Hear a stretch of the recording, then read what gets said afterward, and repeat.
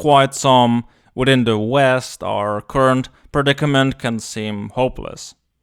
Problems mounting up both within and without. The breakdown of community, general social bonds, the loss of meaning and purpose within life. And in that sense, many of them, including also climate change, can seem unsolvable. The reason for this is because within the current frame of Western civilization, these issues are indeed unsolvable.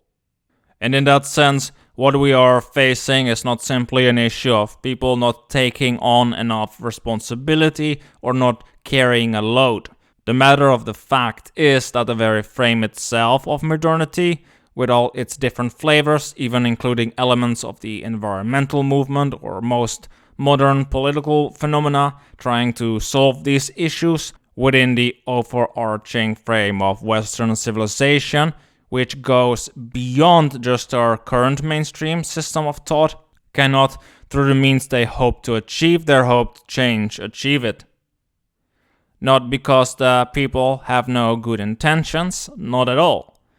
Many people indeed have good intentions and do hope to do something about it.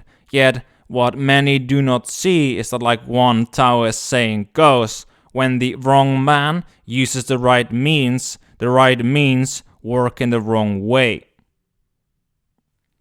That does not, however, mean that there is actually anything wrong with the person themselves. Yet it says more about the way we think.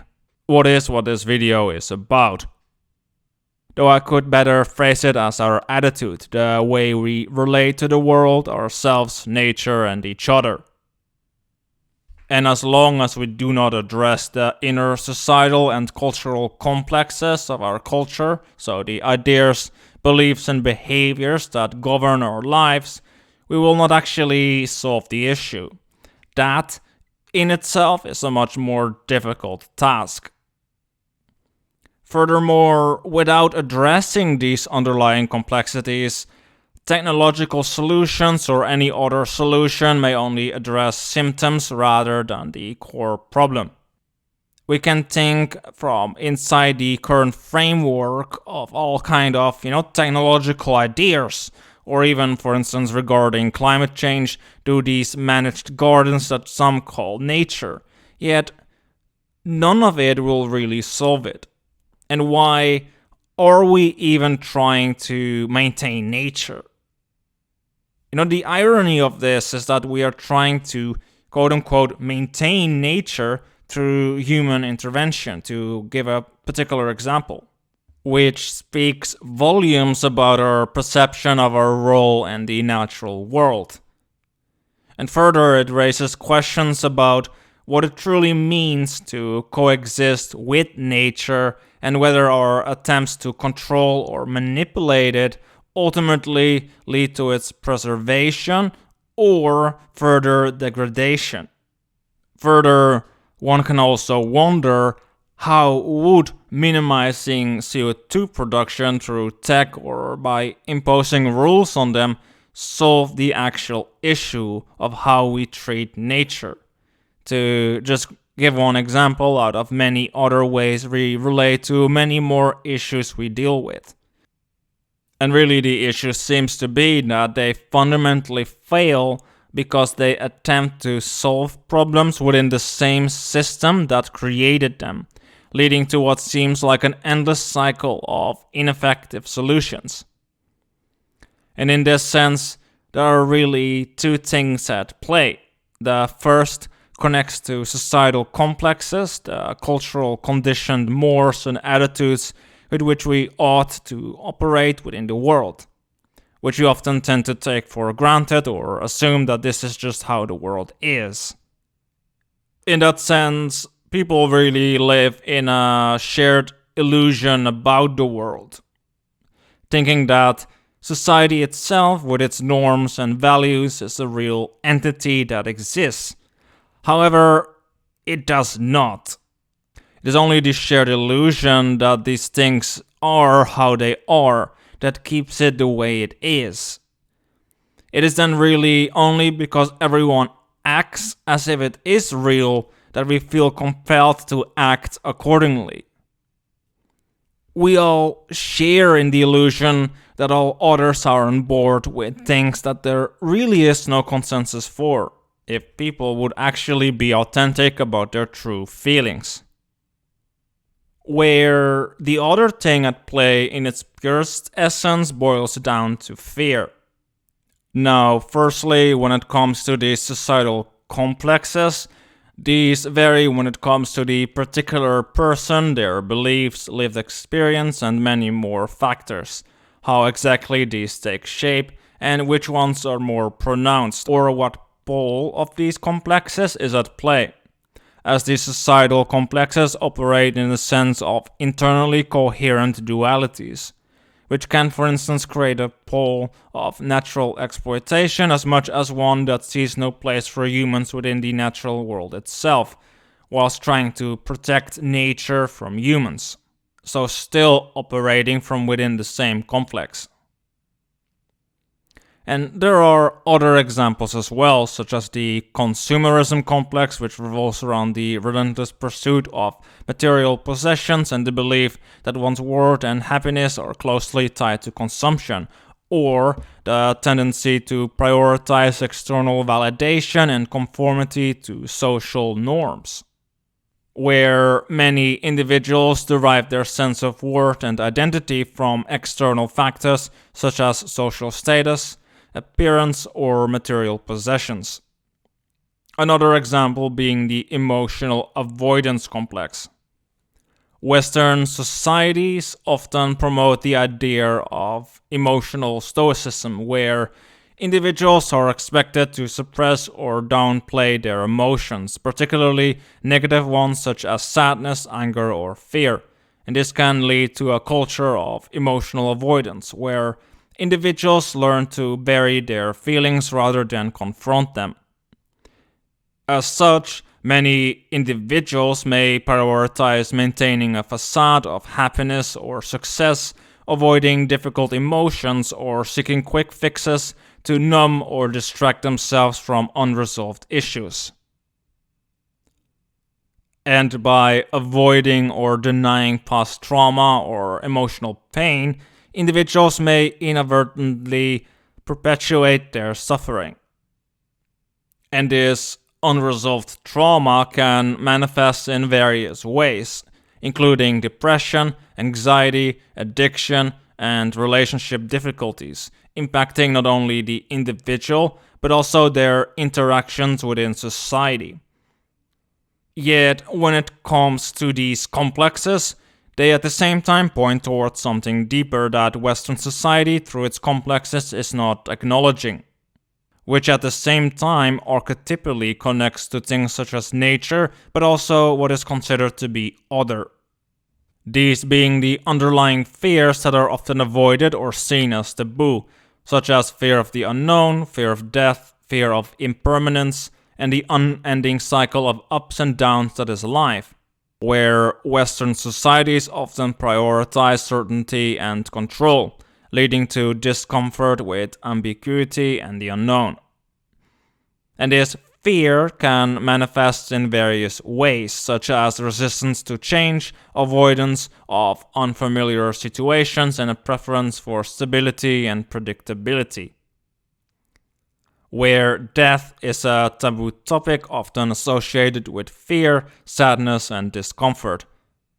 And the fear of death itself is rooted in the shadow. However, what is not acknowledged regarding death is that it does not come alone. With it comes the possibility of transcendence and rebirth. So the symbolic death of the sense of I being the gateway to transformation and rebirth. And in that sense, the fear of death can be understood as a resistance to the process of individuation, so really a fear of life. Because with life itself also comes both uncertainty and impermanence. And Western society tends to value permanence and stability, leading to discomfort with these concepts. Yet the matter of the fact is that life is inherently unpredictable, characterized by highs and lows, successes and failures, joys and sorrows. And this fear of life's uncertainty can lead to anxiety, stress, and a desire for control over outcomes, though also often play into a sense of aversion and attachment. Attachment to states deemed good and preferable, and aversion to states deemed bad and to be avoided. Yet, no matter what one does, we cannot attain a state of happiness through external means that will last, as everything is subject to birth, decay, and death. However, these different factors we talked about regarding the societal complexes, next to the fact that certainty, order, control, and stability are often ran after next to the highs of life without trying to experience the lows as the desired good, in itself as a framework creates the very issues that plague said society. Because by being averse to these things that make us uncomfortable and those things that are within what the Jungians would call the Jungian shadow, and by being averse to these things, what ends up happening is that we prolong our own suffering. And not only that, we can also, with that, cause suffering as well. And for me, the real issue is that what we humans are trying to do is to straighten out a world that is inherently beyond our comprehension. And not only that, but it has an order to it, beyond our diagrams and calculations, or even our concepts. In that sense, everything is mutually arising together. So how can we hope to grasp that or even know what to do? Why not trust in the inherent wisdom of nature itself to find balance when it comes to, for instance, climate change and nature itself? And instead stop imposing our will on things that are not ours to control. It is this need to control things, the fear that drives it, and the framework that this thus creates, which creates the very problems that then drive slowly, bit by bit, those driven by this fear and need for control to tighten their fist. Yet what they don't see is how more they try to close their fist, how more of the sand they so desperately try to grasp escapes their hand. And in that sense, dogma, control, rigidity, as the shadow side of order, is what creates its own demise, as through our own ignorance of the many variables that we can't comprehend or sometimes even know of, and through the rigidity of the frame, we end up eventually with problems that the frame cannot solve, as any civilizational frame is only valid for a time. And if one does not have the proper mechanisms in place to update this, and instead it becomes rigid, it dies. But really, only that what goes out to face the unknown willingly, even when fear grips our heart, in the end we'll learn to transcend it and find the path towards life. And in that sense, through death we find life. Yet this entire process is not something that can be done by any means from a top-down process. Or can one person figure it out and all others just go along and copy them? And with this said, I'm not saying we have to do anything about society in the sense of societal change, of trying to right now going to change things. But it really boils down to the individual. The thing is that we cannot change the system. Yet we do not have to go down with it, as we can free ourselves from it. Free ourselves of these internal complexes. And what we then can do is to create something else entirely. A community built around different values and ideas. And whilst for myself these would be values such as collaboration, individual empowerment, authenticity, synergy, and diverse perspectives, and the mutual respect of our autonomy as much as our interconnectedness with those part of that community and the world itself, this does not have to be the case for others. Because when it comes to this journey into the unknown, it is very individual. And this in itself is a process that, as much as it requires a community of those who one can return to, also the needed freedom to find one's own path. It's like the Knights of the Round Table said, that it would be a shame to venture into the dark forest together. And as such, every individual has the potential to go on such a path in their own way, which is really the only way out of our modern predicament. As through going on this journey and facing the shadow and with it the unknown and find the path towards life, when one has walked this path for a long while, fear, control, attachment, and aversion over time lose their grip, and with it a new way of relating to the world is born, one that is based on the cultivation of discernment, wisdom, compassion, and mindfulness, not in the sense of a performative act, but one born out of the inherent challenges within the journey of the unknown. And on a final note, when it comes to these ideas and views, well, they are born out of my own personal lived experience. I think it was Kierkegaard who considered that angst and existential despair would appear when an inherited or borrowed worldview, often of a collective nature, proved unable to handle unexpected and extreme life experiences. Hence, that is what I did. As the frame that I inherited, the one from Western society, well, it was not able to deal with what I have been through in my life. A little too extreme for that frame. And similarly, what we are facing within the world at large with these societal challenges create for many this existential despair, because the inherited worldview is proving to be unable to handle it. And this is something I myself have gone through, this process of stepping outside the frame. And it is not an easy process at all, but one, I would say, surely worth it. And with myself, when it comes to it, it really boils down to a sense of rejection that I felt regarding Western society. Kind of living within it, yet really as if outside the city walls in the wilderness, confined by the cultural norms in an internal psychological sense, which contrasted completely with who I truly am. And in that way, causing such a discrepancy between society and my authentic self that it led for myself to severe depression.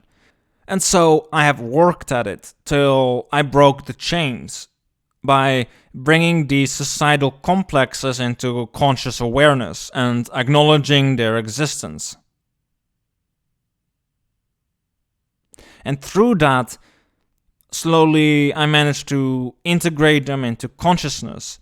However, instead of seeking a compromise or reconciliation between my true essence and these constructs, I kind of had chosen a different path, one of dissolution, where by these constructs or these complexes were gradually broken down and transcended.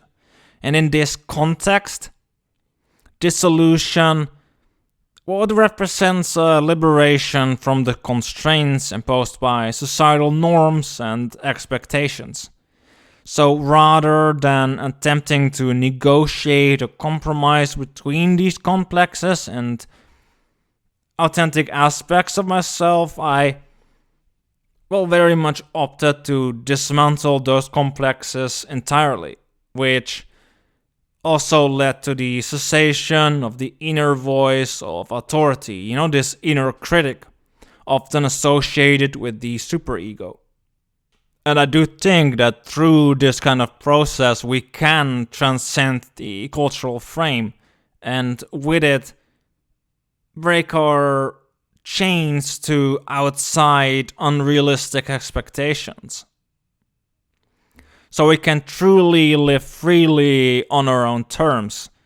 And this, however, does not mean that we can do just about anything, but it is about aligning with the self and its inherent values within, the true authentic self within, which represents the true authentic essence of an individual beyond the constraints of the ego and societal conditioning.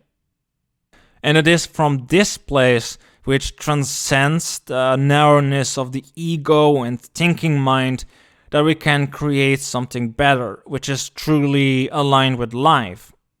Something that respects the dignity of all living beings. And in that sense, also very much connect with the higher order that exists above these societal constructs, which are the true archetypal and cosmic patterns of existence.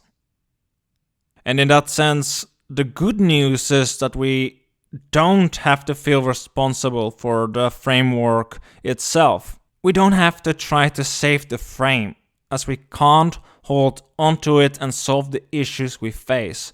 Instead, what we can do is to let go of it.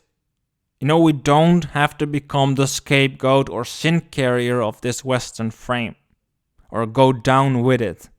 Because these ideas inherently exist only through this shared illusion, next to the perception of these societal virtues being somehow tied to the true Godhead of the divine, which is not the case, and in itself creates the splitting of things into dualities that create suffering. So instead, what we can do is find our own way and find our own connection to the divine. And really, as the Orphic Mysteries would say, a friendship and interior communion with the divine and the enjoyment of intimate converse with divine beings. And really, in that sense, to align with the higher truths of existence.